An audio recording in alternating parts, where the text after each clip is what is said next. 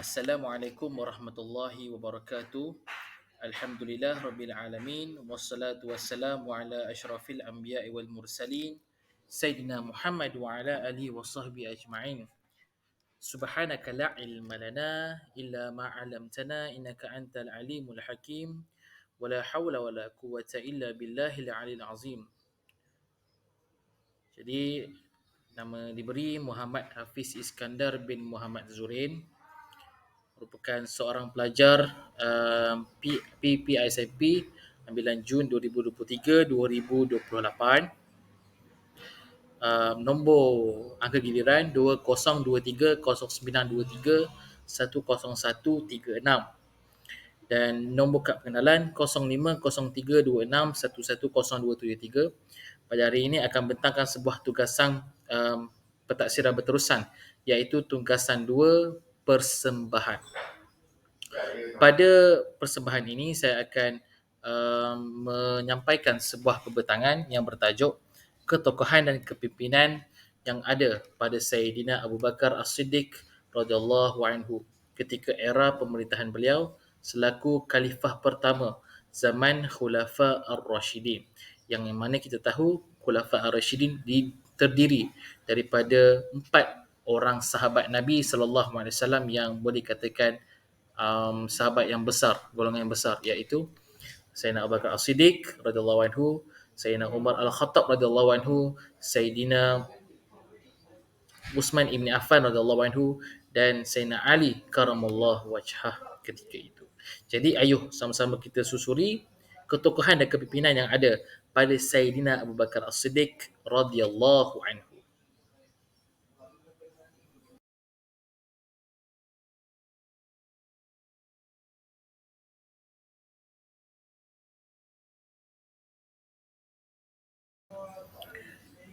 Baiklah, bismillahirrahmanirrahim. InsyaAllah kita akan lihat, ayuh kita susuri satu demi satu isi-isi penting ataupun isu-isu ataupun poin-poin utama yang akan dibincangkan dalam kekhalifahan pada kita akan lihat beberapa poin-poin yang akan dibincangkan. Apa yang akan dibincangkan dalam slide saya adalah yang pertama ialah pengenalan sosok sesebuah nama yang begitu besar, iaitu Sayyidina Abu Bakar As-Siddiq dan gaya pemerintahan beliau sewaktu memimpin kekhalifahan pertama, iaitu Khulafa Ar-Rashidin. Yang kedua adalah struktur ataupun apa gaya pemerintahan yang telah dibawa oleh Sayyidina Abu Bakar As-Siddiq radhiyallahu anhu sepanjang bergelar khalifah pertama umat Islam pasca kewafatan Nabi sallallahu alaihi wasallam. Sebagaimana kita tahu, Sayyidina Abu Bakar As-Siddiq ni beliau mempunyai gaya pemimpin yang sangat unik dan luar biasa, kerana di dalam kelembutan beliau ada juga diselitkan ketegasan. Itu akan kita bincangkan sebentar lagi. Bagaimana seorang yang lemah lembut dalam budi bicaranya mampu untuk memimpin pasukan ketenteraan yang menjadi luar biasa, yang mampu untuk menyebarluaskan agama Islam ke seluruh pelosok dunia. Masya Allah, sangat hebat sosok yang bernama Sayyidina Abu Bakar As-Siddiq radhiyallahu anhu ini. Baiklah, seterusnya kita akan lihat apa sumbangan yang telah diutarakan ataupun telah diberikan oleh Sayyidina Abu Bakar As-Siddiq radhiyallahu anhu, sumbangan kepada pemerintahan, hasil pemerintahan beliau kepada agama Islam itu sendiri. Kita dapat lihat bagaimana sumbangan yang dilontarkan oleh Sayyidina Abu Bakar As-Siddiq, sama ada ianya sumbangan yang luar biasa ataupun sumbangan yang boleh dikatakan tidak sebagus, itu akan kita lihat. Kita akan bincangkan dalam slide ini. Dan yang poin yang terakhir ataupun yang terakhir kalinya ialah ibrah ataupun pengajaran yang boleh kita ambil daripada kepimpinan Sayyidina Abu Bakar As-Siddiq radhiyallahu anhu dalam tampuk pimpinannya. Apa yang kita boleh belajar daripada Sayyidina Abu Bakar As-Siddiq radhiyallahu anhu punya gaya pemimpin, kemahiran beliau dalam memimpin sesebuah agama Allah Subhanahu Wa Taala yang diberikan amanah untuk memimpin agama Islam setelah kewafatan kekasih Allah Subhanahu Wa Taala, iaitu Nabi Muhammad sallallahu alaihi wasallam. Itu akan kita bincangkan dalam slide. Jadi teruskan bersama insya-Allah.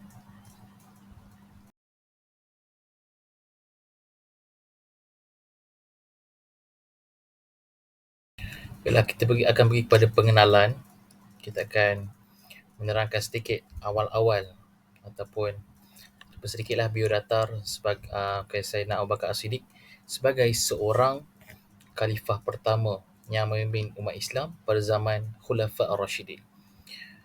Sayyidina Abu Bakar As-Siddiq radhiyallahu anhu merupakan seorang khalifah Islam yang pertama yang dilantik untuk mengemudi bahtera kepimpinan Islam. Sebaik sahaja wafatnya baginda Rasulullah sallallahu alaihi wasallam. Ketika itu, ketika ramainya orang-orang yang berteka-teki, siapakah yang lebih layak untuk mengganti Nabi sallallahu alaihi wasallam? Kerana seperti mana kita tahu, sebaik saja wafat Nabi sallallahu alaihi wasallam itu menandakan bahawa tiada lagi Rasul, tiada lagi Nabi yang akan dihantar untuk membimbing umat manusia. Maka menjadi tugas khalifah untuk membimbing umat Islam kembali kepada Al-Quran dan juga As-Sunnah. Jadi, Sayyidina Abu Bakar juga merupakan khalifah pertama yang dilantik dalam sejarah Islam. Tanggungjawab beliau sebagai khalifah pertama bukanlah mudah. Seperti mana kita tahu, sangat tidak mudah untuk membimbing umat yang ketika itu sebaik saja Rasulullah SAW meninggal, ada beberapa peristiwa-peristiwa yang menyebabkan umat Islam sedikit jauh ataupun lari daripada landasan asal pembawakan Islam yang dibawa oleh Nabi SAW itu sendiri. Ramai yang dah start tinggal sunnah, ramai yang dah mula untuk tinggal Al-Quran sejauh-jauhnya. Jadi menjadi tanggungjawab Abu Bakar ketika itu untuk memimpin sebuah kerajaan Islam yang sedang berkembang.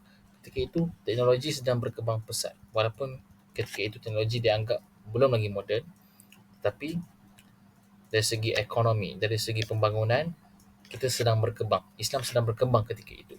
Dan pada masa sama, ketika itu juga, pada awal-awal pengambil alihan Sayyidina Abu Bakar As-Siddiq radhiyallahu anhu menjadi sebuah pemimpin Islam, khalifah Islam, telah berlaku juga kucar kacir lantaran konflik kepercayaan ataupun trust yang berlaku kepada agama dan pergolakan akidah yang semakin mendadak dalam kalangan masyarakat pada ketika itu. Manakah tidak ada antara mereka yang sanggup untuk mempertikaikan apa yang dibawa oleh Nabi sallallahu alaihi wasallam, sedangkan ketika itu Nabi sallallahu alaihi wasallam telah pun wafat. Jadi adalah beberapa golongan ataupun pihak yang menimbulkan persoalan. Perlukah lagi untuk mengamalkan sunnah Rasulullah sedangkan Rasulullah sallallahu alaihi wasallam telah pun wafat? Jadi ini antara cabaran awal yang dihadap oleh Sayyidina Abu Bakar As-Siddiq radhiyallahu anhu ketika awal pemerintahan beliau. Dan selepas baginda wafat, Sayyidina Abu Bakar As-Siddiq radhiyallahu anhu dilantik sebagai ketua pimpinan melalui Majlis Syura. Majlis Syura ni merupakan sebuah majlis kalau macam zaman sekarang, majlis raja-raja untuk memilih Perdana Menteri. Itu sama sistem syura, yang mana sistem melibatkan musyawarah ataupun bermesyuarat. Sistem syura ini dilihat terpaksa menyelesaikan pelbagai cabaran dan ujian. Namun beliau bukan berjaya menyelesaikan permasalahan tersebut, tapi turut berjaya memantapkan pemerintahan Islam melalui dakwah secara lemah lembut serta kekuatan ketenteraan. Apa yang uniknya pemerintahan Sayyidina Abu Bakar As-Siddiq radhiyallahu anhu ni, kita kenal Abu Bakar ni dengan seorang susuk tubuh yang begitu lemah lembut, begitu baik budi pekertinya. Tetapi dalam masa yang sama, bagaimana seorang yang mempunyai susuk tubuh yang lembut budi pekerti tetapi boleh membawa sebuah kekuatan ketenteraan Islam yang sangat luar biasa. Jadi ini ialah menjadi salah satu topik yang hangat untuk dibincangkan mengenai Sayyidina Abu Bakar As-Siddiq radhiyallahu anhu. Sayyidina Abu Bakar ketika itu juga menyusun. Baiklah, kita melihat kepada beberapa peristiwa penting yang berlaku ketika era pemerintahan zaman Sayyidina Abu Bakar As-Siddiq radhiyallahu anhu. Yang mana Sayyidina Abu Bakar As-Siddiq ni boleh kita katakan beliau ialah sosok yang sangat unik cara pemerintahan beliau. Yang mana beliau adalah khalifah pertama ataupun pemimpin pertama kekhalifahan Khulafa Ar-Rasyidin, yang mana ketika itu sebaik saja Rasulullah sallallahu alaihi wasallam wafat, datanglah ya, ataupun telah pun diputuskan bahawa Sayyidina Abu Bakar As-Siddiq ya, menjadi seorang khalifah pertama bagi kekhalifahan um, Khulafa Ar-Rasyidin. Jadi ayo kita lihat beberapa peristiwa penting yang berlaku ketika era pemerintahan beliau, yang mana beliau ini terkenal dengan orang yang memerangi golongan-golongan yang pelik ataupun golongan-golongan yang murtad, nabi palsu dan sebagainya. Baiklah, peristiwa penting yang pertama. Sayyidina Abu Bakar As-Siddiq sememangnya terkenal dengan seseorang yang memerangi habis-habisan golongan murtad. Sebagaimana kita tahu, pasca kewafatan Nabi SAW telah timbul satu spekulasi ataupun satu ideologi yang mana perlu ke untuk seseorang itu um, terus menerus berada dalam Islam dan mengamalkan Al-Quran dan Sunnah, sedangkan Rasulullah SAW telah wafat. Jadi disebabkan ideologi yang ditimbulkan oleh beberapa pihak inilah telah menyebabkan berlakunya satu proses ataupun satu peristiwa di mana adanya rentetan keluarnya daripada agama Islam sedikit demi sedikit, dan ada juga secara berbondong-bondong. Lalu disebabkan itulah Sayyidina Abu Bakar As-Siddiq radhiyallahu anhu, beliau begitu tegas dalam memerangi golongan murtad ini. Sayyidina Abu Bakar menggunakan kebijaksanaan beliau dengan memberikan satu bentuk ancaman kepada mereka yang telah pun murtad, yakni keluar daripada Islam.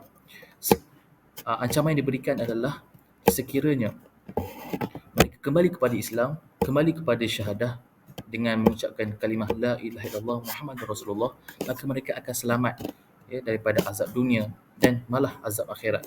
Tetapi jika mereka enggan untuk kembali kepada Islam, maka sesungguhnya golongan murtad ini akan diperangi oleh habis-habisan oleh Sayyidina Abu Bakar As-Siddiq radhiyallahu anhu dan bala tentera. Bismillahirrahmanirrahim.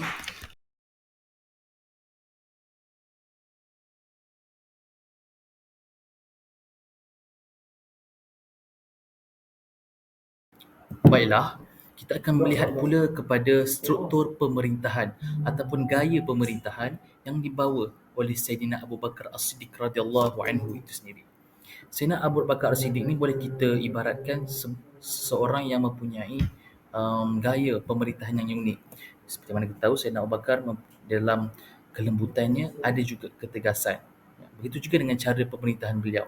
Beliau menerapkan aspek kasih sayang dan juga kelembutan dalam gaya pemerintahan beliau, tetapi di masa yang sama menumpukan ke arah kekuatan ketenteraan yang sangat besar. Jadi kita dapat lihat kat sini ada 4 struktur pemerintahan atau gaya pemerintahan yang telah diketengahkan oleh Sayyidina Abu Bakar As-Siddiq radhiyallahu anhu sepanjang tempoh pemerintahan beliau mentadbir negara Madinah. Baiklah, yang pertama, beliau telah pun menubuhkan lembaga kewangan. Seperti mana yang kita tahu, menjadi satu asas kepada sebuah negara mempunyai lembaga kewangan, ataupun erti kata lain sebagai sebuah kementerian kewangan yang bagi menjaga kewangan sebuah negara. Itu juga dengan zaman Khalifah Sayyidina Abu Bakar As-Siddiq radhiyallahu anhu, yang mana beliau telah pun menubuhkan lembaga kewangan untuk menguruskan harta dan kewangan negara, yang mana menguruskan segala hal-hal kewangan seperti cukai, zakat dan sebagainya. Dan pertubuhan lembaga kewangan ini juga memberi tumpuan ke arah perbelanjaan bagi sebuah negara, ataupun erti kata lain belanjawan. Jadi untuk memastikan lembaga kewangan ini berjalan dengan lancar, beliau telah pun melantik salah seorang yang sahabat beliau, iaitu Abu Ubaidillah bin Jarrah, yang mana beliau telah dilantik sebagai Wazir Al-Maliyah ataupun boleh dikatakan sebagai Menteri Kewangan yang pertama untuk negeri Madinah ketika itu. Dan struktur kewangan Madinah ataupun struktur kewangan negara Islam ketika itu berjalan dengan lancar dan sangat efisien. Seterusnya, beliau telah pun mengambil pendekatan untuk membentuk sebuah majlis syura ataupun majlis musyawarah, ataupun lebih dikenali pada zaman sekarang ialah ahli majlis mesyuarat. Abu Bakar As-Siddiq telah pun membentuk lembaga majlis syura sebagai tempat bermusyawarah dan mengumpulkan pendapat sebelum menentukan suatu keputusan. Ini sememangnya sangat dianjurkan dalam Islam. Walhal ada satu surah yang dikhaskan untuk mesyuarat, iaitu surah Al-Syura. yang mana dalam surah itu ada ceritakan tentang mesyuarat. Jadi pendekatan itu diambil oleh Sayyidina Abu Bakar As-Siddiq radhiyallahu anhu untuk menjadikan kesepakatan dalam sesebuah pentadbiran itu sebagai kunci utama dengan meminta pendapat, ya, meminta pendapat daripada uh, para sahabat sebelum membuat keputusan ataupun melaksanakan sesuatu dasar yang telah pun dirangkakan. Ahli-ahli Dewan Syura ataupun ahli-ahli Majlis Mesyuarat ini terdiri daripada kalangan ulama dan juga para sahabat yang mewakili kaum Muhajirin ataupun Ansar. Ya, sebagaimana ini berlaku di Madinah, maka setelah itu ada kaum Muhajirin dan kaum Ansar dan juga para sahabat sendiri yang menganggotai, ya, ahli majlis Dewan Syura ini ataupun ahli majlis mesyuarat ini. Seterusnya kita dapat lihat bahawa Sayyidina Abu Bakar As-Siddiq radhiyallahu anhu telah menjadikan Al-Quran sebagai sumber hukum utama dalam sebuah permasalahan ataupun penggubalan undang-undang. Setiap kali berhadapan dengan masalah dan kesulitan, beliau akan menjadikan Al-Quran sebagai rujukan utama. Sama seperti yang dilakukan oleh Rasulullah SAW dengan turunnya beberapa wahyu sebelum Rasulullah SAW menyampaikan kepada kaum muslimin dan muslimat secara sejagat. Begitu juga dengan Sayyidina Abu Bakar, beliau akan menjadikan Al-Quran sebagai rujukan utama. Jika masih belum bertemu, beliau akan mencari melalui sunnah-sunnah Rasulullah ataupun boleh katakan perbuatan, um, percakapan ataupun takririyah daripada Rasulullah SAW untuk jadikan sebagai sumber hukum utama. Dan yang terakhir sekali adalah usaha ataupun gaya pemerintahan Sayyidina Abu Bakar adalah beliau telah pun mengumpulkan naskah Al-Quran dan hadis bagi membolehkan Al-Quran dan hadis ini tidak uh, terberai ataupun tercerai antara satu sama lain. Sebab seperti mana yang kita tahu dalam pertempuran melawan golongan murtad, terutamanya dalam peperangan Yamamah, telah banyak yang mengorbankan ataupun telah ramai syahid, ya, para hafiz Al-Quran. Jadi Sayyidina Abu Bakar pun menjadi risau. Begitu juga dengan Sayyidina Umar. Jadi Sayyidina Umar Al-Khattab mencadangkan agar sebagian besar ayat Al-Quran dituliskan di daun-daun, di tulang-tulang dan juga di batu-batu supaya Al-Quran ini terus terpelihara, dan idea itu diterima baik oleh Sayyidina Abu Bakar As-Siddiq radhiyallahu anhu. Jadi boleh katakan Sayyidina Abu Bakar As-Siddiq sejak zaman pemerintahan beliau telah pun adanya usaha untuk mengumpulkan naskah Al-Quran dan juga naskah hadis.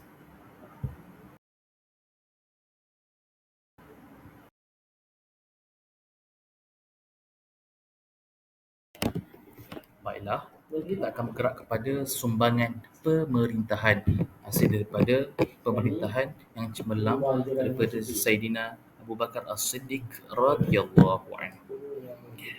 Baiklah, kita akan lihat beberapa sumbangan yang telah pun berjaya dilakukan oleh Saidina Abu Bakar As-Siddiq radhiyallahu anhu, iaitu ada 3 sumbangan besar yang telah berlaku ketika era pemerintahan beliau.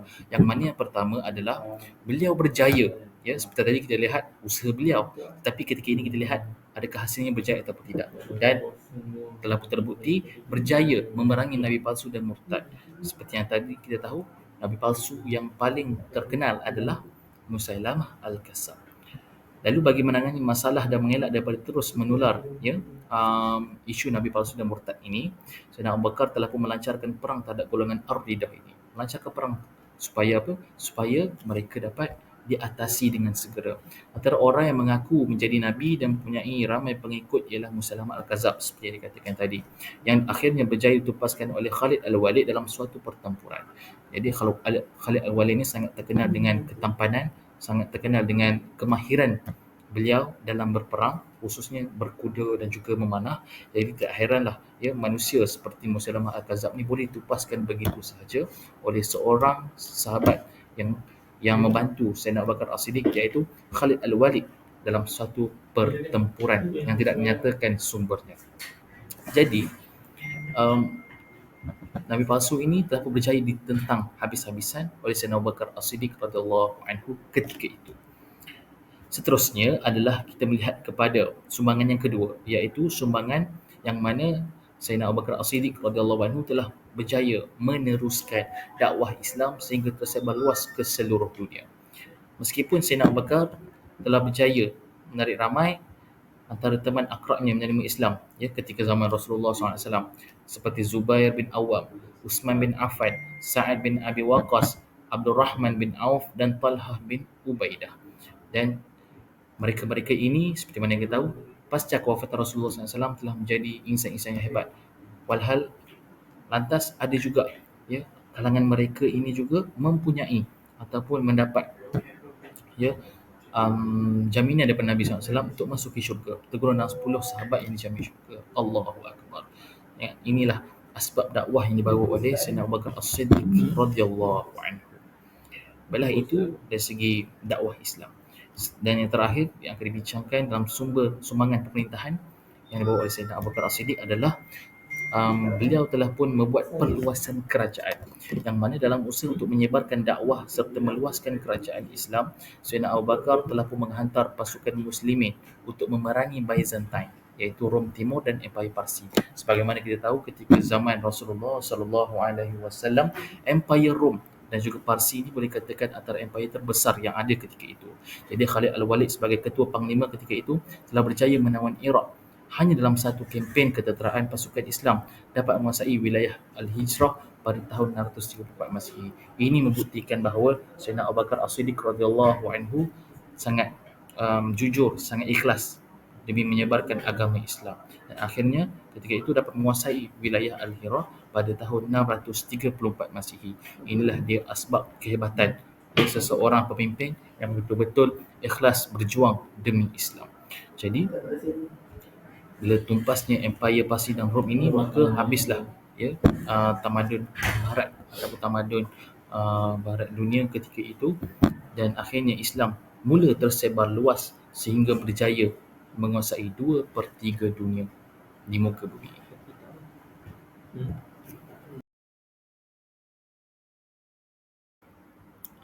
Baiklah, kita akan melihat kepada beberapa konflik ataupun satu konflik yang boleh dikatakan agak besarlah ketika era pemerintahan Sayyidina Abu Bakar As-Siddiq radhiyallahu anhu, yang mana setiap pemimpin itu pasti akan ada cabarannya. Dan begitu juga dengan sosok yang bernama Sayyidina Abu Bakar As-Siddiq, yang mana ketika awal pengambil alihan beliau sebagai tampuk pimpinan pertama umat Islam pasca kewafatan Rasulullah SAW, ya, ketika itu telah berlakunya belum lagi perpecahan, tetapi sudah ada bibit-bibit perpecahan yang berlaku dalam masyarakat Islam ketika itu, sehingga ada beberapa masyarakat Islam yang bertindak keluar daripada Islam, ada juga yang bertindak untuk membentuk satu golongan yang berkecuali dan sebagainya. Jadi Sayyidina Abu Bakar As-Siddiq lah antara orang yang bertanggungjawab untuk mengembalikan kemuafakatan yang ada dalam diri umat Islam ketika itu, yang mana ketika itu berlaku perpecahan yang sangat besar. Jadi ketika Sayyidina Abu Bakar As-Siddiq juga memerintah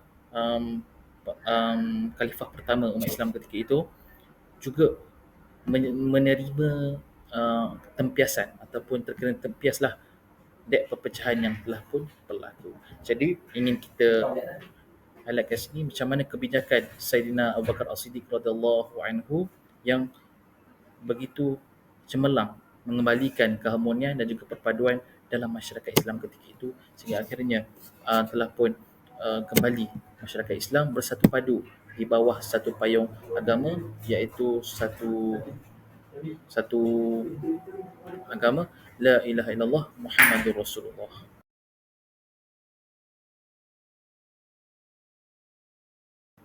Baiklah, kita lihat bagaimana suka duka pemerintahan Rasulullah SAW, sahabat Rasulullah SAW, iaitu Sayyidina Abu Bakar As-Siddiq radhiyallahu anhu sepanjang menjadi khalifah pertama umat Islam. Jadi ada satu ibrah atau pengajaran yang boleh kita ambil daripada kepimpinan Sayyidina Abu Bakar radhiyallahu anhu, iaitu perkara ini dipetik daripada kandungan wasiat yang diwasiatkan oleh Sayyidina Abu Bakar As-Siddiq radhiyallahu anhu. Iaitu antara yang pernah diwasiatkan oleh beliau ialah kita perlu memperkasakan diri dengan sifat amanah. Kata beliau, amanah adalah harta kekayaan sebenar, hasil dari kepada keimanan yang teguh. Ia adalah sifat sekalian kasih Allah. Sebagaimana sifat As-Siddiq ni atau kejuran ini adalah sifat Nabi, ya, para Nabi alaihissalam. Jadi, maka jadikanlah amanah sebagai perhiasan iman dan jauhilah kecurangan dan pangkat kemegahan, kerana ia akan membinasakan kamu seperti umat terdahulu yang binasa. Kita lihat bagaimana kaum-kaum orang-orang yang besar suatu ketika dahulu, seperti kaum Ad, ya, seperti kaum Nabi Lut alaihi salam, ya, seperti mana Fir'aun, Ubay bin Khalaf, ya, begah-begah dengan kehebatan dunia, sampaikan belum sempat mereka disemadi di dunia ini, mereka telah pun dibinasakan oleh Allah Subhanahu Wa Taala sebinasa-binasanya. Jadi ini adalah ibrah yang boleh kita ambil daripada kepimpinan Sayyidina Abu Bakar As-Siddiq radhiyallahu anhu itu sendiri.